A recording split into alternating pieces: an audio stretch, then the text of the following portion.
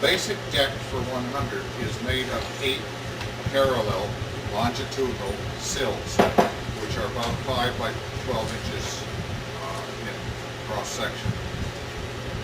The outer two, numbers 1 and 8, are deteriorated to the point that we need to replace them. This is number 1.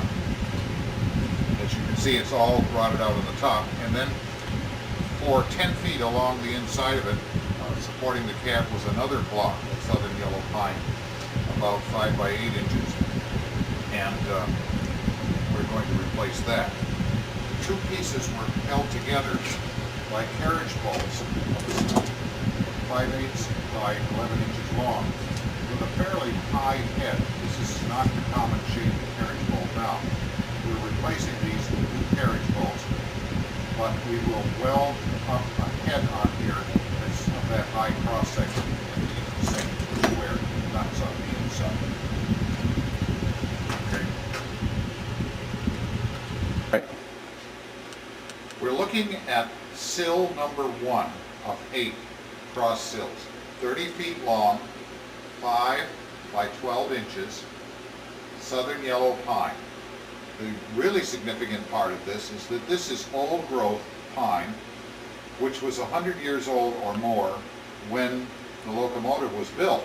However, this piece came from the Bates Mill bleachery in Lewiston, Maine, where it was taken down by a company called Barnstormers, and it's basically recycled wood.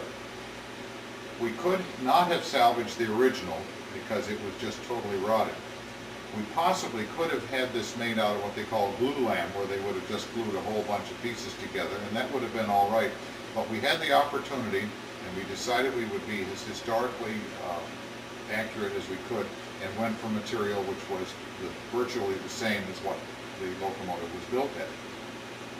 So we have, after a long period of time which involved fitting this, cutting tenons on the end. We had to do this by hand because we don't have the facilities they would have had at Laconia Car Company to cut these tenons in here. To put this, what I call the aerodynamics of the locomotive, on the end, they would have cut it out on a big bandsaw. I had to hack that out by hand, which is a lot of fun.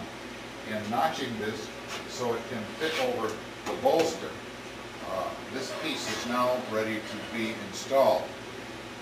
What we're going to do is we're going to flip it twice so that it ends up right side up. Right now it's upside down, with this notch sitting in over here.